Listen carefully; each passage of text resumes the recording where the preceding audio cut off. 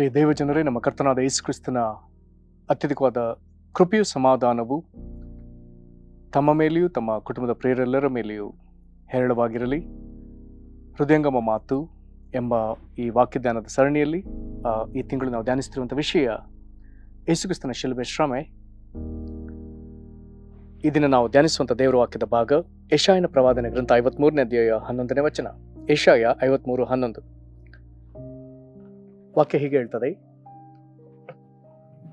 ತನ್ನ ಆತ್ಮವು ಅನುಭವಿಸಿದ ಶ್ರಮೆಯ ಫಲವನ್ನು ಕಂಡು ತೃಪ್ತನಾಗುವನು. ಧರ್ಮಾತ್ಮನಾದ ನನ್ನ ಸೇವಕನು ತನ್ನ ಜ್ಞಾನದ ಮೂಲಕ ಬಹುಜನರನ್ನು ಧರ್ಮ ಮಾರ್ಗಕ್ಕೆ ತರುವನು, ಅವರ ಅಪರಾಧಗಳನ್ನು ಹೊತ್ತುಕೊಂಡು ಹೋಗುವನು. ಈ ವಾಕ್ಯಗಳನ್ನು ನಾವು ಗ್ರಹಿಸಲಿಕ್ಕೆ ಸಾಧ್ಯವಾಗುವಂಥ ದೇವರಾತ್ಮ ನಮ್ಮನ್ನು ಬಲಪಡಿಸಿ ಆತನು ನಮಗೆ ಬೋಧಿಸಲಿ. ದೇವರು ತನ್ನ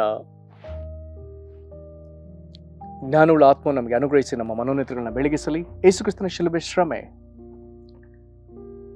ಮತ್ತು ಅದರಿಂದ ಆಗುವಂಥ ಎಲ್ಲ ಲಾಭದ ಕುರಿತು ದೇವರು ನಮಗೆ ಹೆಚ್ಚಾದ ಪರಿಜ್ಞಾನವನ್ನು ಅನುಗ್ರಹಿಸಲಿ. ಇದನ್ನು ನಾವು ಓದಿದ ವಾಕ್ಯದ ಭಾಗದಲ್ಲಿ ತಿರುಗಿ ನಾವು ಯೆಶಾಯ 53ನೇ ಅಧ್ಯಾಯದಲ್ಲಿಯೇ ಇನ್ನೊಂದು ವಾಕ್ಯವನ್ನು ನಾವು ಧ್ಯಾನಿಸುತ್ತಿದ್ದೇವೆ. ಇದು ಯೇಸು ಕ್ರಿಸ್ತನ ಕುರಿತಾಗಿಯೂ ತಂದೆಯಾದ ದೇವರ ಆತನ ಕುರಿತಾಗಿ ಹೇಳುವ ಮಾತಿನ ಕುರಿತಾಗಿಯೂ ಈ ವಾಕ್ಯ ಹೇಳ್ತಾರೆ. ಯೇಸು ಕ್ರಿಸ್ತನ ಕುರಿತಾಗಿ ಹೇಳುವಾಗ ತನ್ನ ಆತ್ಮ ಅನುಭವಿಸಿದ ಶ್ರಮೆಯ ಫಲವನ್ನು ಕಂಡು ತೃಪ್ತನಾಗುವನು. ಆತನ ಆತ್ಮವೇ ಅನುಭವಿಸಿದ ಶ್ರಮೆಯ ಫಲವನ್ನು ಕಂಡು ಆತನಿಗೆ ತೃಪ್ತಿ ಆಗ್ತದೆ. ಇದರ ಕುರಿತಾಗಿ ತಂದೆಯಾದ ದೇವರ ಮಾತು, ಧರ್ಮಾತ್ಮನಾದ ಅಂದರೆ ನೀತಿವಂತನಾದ ನನ್ನ ಸೇವಕನು, ಇಲ್ಲಿ ತಂದೆಯಾದ ದೇವರ ಯೇಸುವನ ನನ್ನ ಸೇವಕ ಎಂಬುದಾಗಿ ಕರೆದೇನು. ಯೆಶಾಯ ಗ್ರಂಥದಲ್ಲಿ ಅನೇಕ ಸ್ವರ ಯೇಸುವನ ನನ್ನ ಸೇವಕನು ಎಂಬುದಾಗಿ ಕರೆಯಲಾಗಿದೆ. ಧರ್ಮಾತ್ಮನಾದ ನನ್ನ ಸೇವಕನು ತನ್ನ ಜ್ಞಾನದ ಮೂಲಕ ಬಹುಜನರನ್ನು ಧರ್ಮ ಮಾರ್ಗಕ್ಕೆ ತರುವನು, ಅವರ ಅಪರಾಧಗಳನ್ನು ಹೊತ್ತುಕೊಂಡು ಹೋಗುವನು. ಇಲ್ಲಿ ಬಹುಜನರನ್ನ ಧರ್ಮ ಮಾರ್ಗಕ್ಕೆ ತರುವನು ಎಂಬುದಾಗಿ ಹೇಳುವಾಗ ಇದು ದೇವರ ನೀತಿಯ ಕಡೆಗೆ ತಿರುಗಿಸುವ ವಿಷಯ. ನಾವು ನೀತಿವಂತರು ಎಂಬುದಾಗಿ ನಮಗೆ ಬಿರುದನ್ನ ಕೊಡಬೇಕಾದವರು ದೇವರು ಮಾತ್ರ. ಮನುಷ್ಯರು ನಮ್ಮನ್ನ ಸುಖಾಸುಮ್ಮನೆ ಒಳ್ಳೆಯವರು, ನೀತಿವಂತರು ಹೀಗೆಲ್ಲ ಹೇಳಿದ್ರೆ ದೇವರ ಮುಂದೆ ಅದು ಏನೂ ನಡೆಯಲ್ಲ, ಏನೂ ಪ್ರಯೋಜನವಿಲ್ಲ. ದೇವರು ಒಪ್ಪುವ ವಿಧದ ನೀತಿಯನ್ನು ನಾವು ಸಂಪಾದಿಸಿಕೊಳ್ಳಬೇಕೆಂದು ದೇವರು ಬಯಸಿದ್ದಾನೆ. ಅದನ್ನ ದೇವರು ಮಾತ್ರ ಸರ್ಟಿಫೈ ಮಾಡಬೇಕು, ಆತನು ಮಾತ್ರ ಅದನ್ನು ಶಿಫಾರಸು ಮಾಡಬೇಕು, ಹೌದು ಇವನ ನೀತಿವಂತನೆಂಬುದಾಗಿ. ಆದರೆ ಅದು ಸುಲಭದ ವಿಷಯ ಅಲ್ಲ. ನಾವು ನೀತಿವಂತರಾಗುವಂಥದ್ದು ಸುಲಭದ ವಿಷಯ ಅಲ್ಲ. ನಮ್ಮ ಯಾವ ಧರ್ಮ ಕರ್ಮದಿಂದ, ಕ್ರಿಯೆಗಳಿಂದ ಅಥವಾ ಆಚಾರ ವಿಚಾರಗಳಿಂದ ನಾವು ದೇವರ ನೀತಿಯನ್ನು ಸಂಪಾದಿಸಲಿಕ್ಕೆ ಸಾಧ್ಯವಿಲ್ಲ. ದೇವರು ನಮ್ಮನ್ನು ನೀತಿವಂತರನ್ನಾಗಿ ಮಾಡುವುದಕ್ಕೋಸ್ಕರ ಆತನು ತನ್ನ ನೀತಿವಂತನಾದ ಮಗನನ್ನ ಆತನು ಕಳುಹಿಸಿದ್ದಾನೆ. ಆತನ ಸತ್ಕಾರ್ಯ ಅಥವಾ ಆತನ ವಿಧೇಯತೆ, ಆತನ ನೀತಿ ನಿಮಿತ್ತವಾಗಿ ನಮಗೆ ದೇವರ ನೀತಿ ಸಿಕ್ಕಿದೆ. ದೇವರ ಎದುರು ನೀತಿವಂತನು ಎಂಬುದಾಗಿ ಪರಿಗಣಿಸಲ್ಪಟ್ಟವನು, ದೇವರ ಎದುರು ನೀತಿವಂತನು ಒಬ್ಬನು ಮಾತ್ರ, ಆತನು ನಮ್ಮ ಕರ್ತನಾದ ಯೇಸು ಕ್ರಿಸ್ತನು.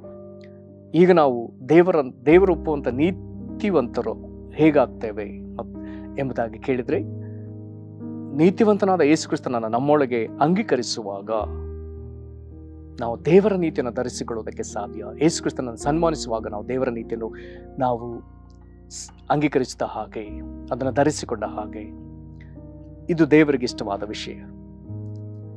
ಇಲ್ಲಿ ಜ್ಞಾನದ ಕುರಿತು ಬರ್ತದೆ.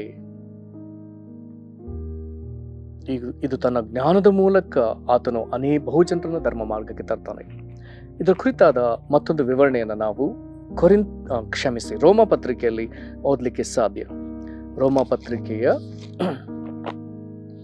5ನೇ ಅಧ್ಯಾಯದ 18-19ನೇ ವಚನದಲ್ಲಿ ನಾವು ಹೀಗೆ ಓದ್ತೇವೆ. ಇಲ್ಲಿ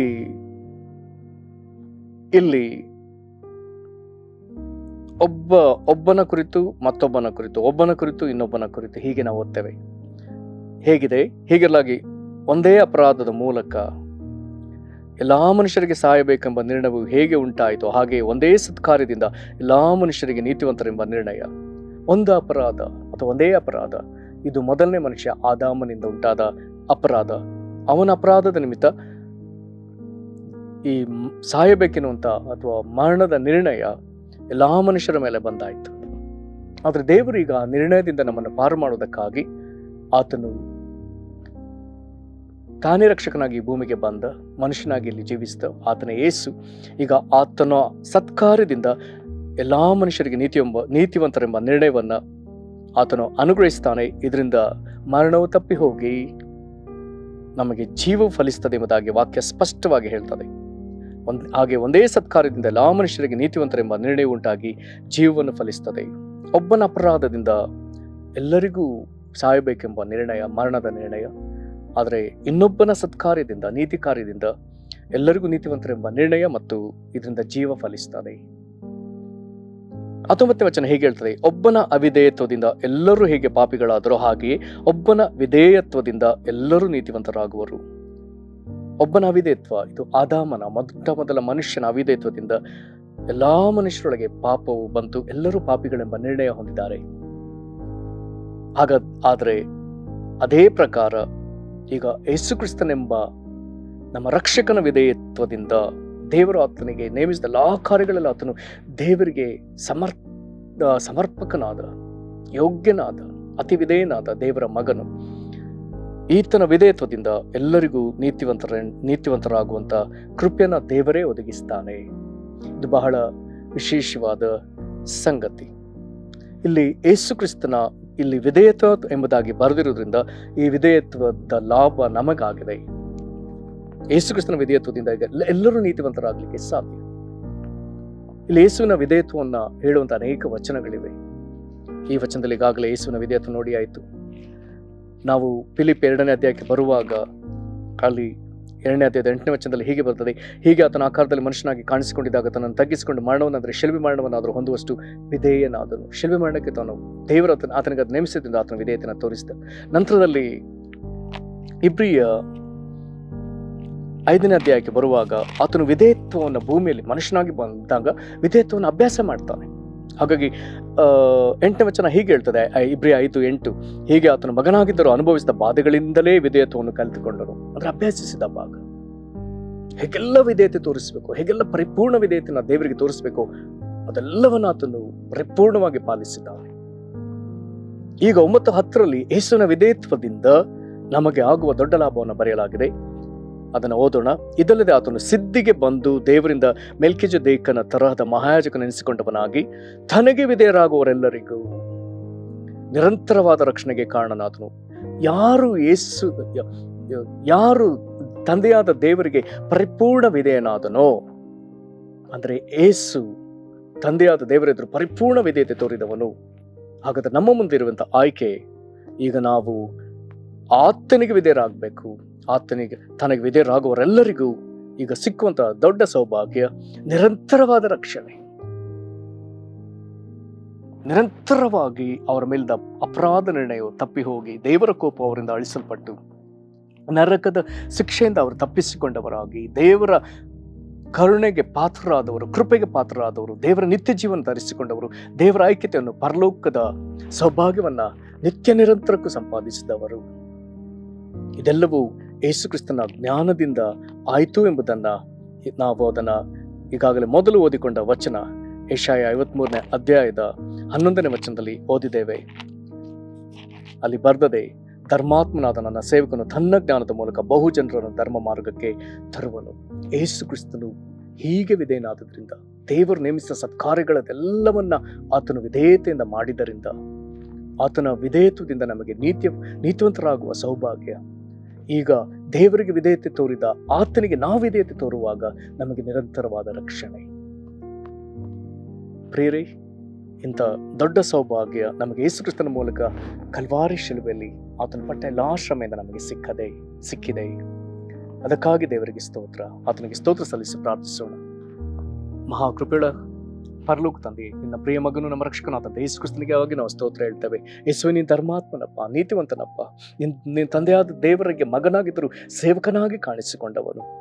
ಕರ್ತನೆ, ನೀನು ನಿನ್ನ ಜ್ಞಾನದ ಮೂಲಕ ಬಹು ಜನರನ್ನು ಧರ್ಮ ಮಾರ್ಗಕ್ಕೆ ನೀನು ತಂದದಕ್ಕಾಗಿ ನಾವು ನಿನಗೆ ಸ್ತೋತ್ರ ಸಲ್ಲಿಸ್ತೇವೆ. ನೀನು ಶಿಲುಬೆ ಮರಣವನ್ನು ಹೊಂದುವಷ್ಟುವಿದೇನಾದವನು. ಕರ್ತನೆ, ನಿನ್ನ ವಿಧೇಯತೆಯ ನಿಮಿತ್ತ ಈಗ ನಾವು ನಿನಗೆ ವಿಧೇಯರಾದರೆ ನಮಗೆ ನಿರಂತರವಾದ ರಕ್ಷಣೆ, ನಿತ್ಯ ರಕ್ಷಣೆಗೆ ನಮ್ಮನ್ನು ಪಾತ್ರನಾಗಿ ಮಾಡುವ ದೇವರೇ, ಇದನ್ನು ನಾವು ಒಪ್ಪಿಕೊಳ್ತೇವೆ. ಇದು ನಮಗೆ ಬೇಕೆಂಬುದಾಗಿ ನಾವು ಬೇಡಿಕೊಳ್ತೇವೆ. ಕರ್ತನೆ, ನಾವು ನಿನ್ನಿಂದ ನಮಗೆ ದೊರಕುವಂಥ ರಕ್ಷಣೆಯು ಅದರ ಸಕಲ ಲಾಭಕ್ಕಾಗಿ ನಿನ್ನ ಮುಂದೆ ನಾವು ಅಂಗಲಾಚಿ ನಿನ್ನ ಮುಂದೆ ಅಡ್ಡ ಬೀಳ್ತೇವೆ. ಸ್ವಾಮಿ, ನಿನ್ನ ಕರುಣೆ ನಮ್ಮ ಮೇಲಿರಲಿ. ಕರ್ತನೆ, ನಾವು ಎಂದೆಂದೂ ನಿನ್ನ ಪ್ರಿಯ ಮಗನಾದ ಯೇಸು ಕ್ರಿಸ್ತನಿಗೆ ವಿಧೇಯರಾಗುವುದಕ್ಕೆ ನಮಗೆ ಕಲಿಸಿಕೊಡಪ್ಪ. ನಿನಗೆ ಮಹಿಮೆ ಆಗಲಿ. ನಮ್ಮ ನಿನ್ನ ಕರಗಳಿಗೆ ಒಪ್ಪಿಸಿಕೊಡುತ್ತೇವೆ. ನಿನಗೆ ಸ್ತೋತ್ರ. ಯೇಸು ಕ್ರಿಸ್ತನ ಹೆಸರಲ್ಲಿ ಬೇಡ್ತೇವೆ ನಮ್ಮ ತಂದೆಯೇ, ಆಮೇನ್. ಕರ್ತನು ನಿಮ್ಮನ್ನು ಆಶೀರ್ವದಿಸಲಿ. ವಂದನೆಗಳು.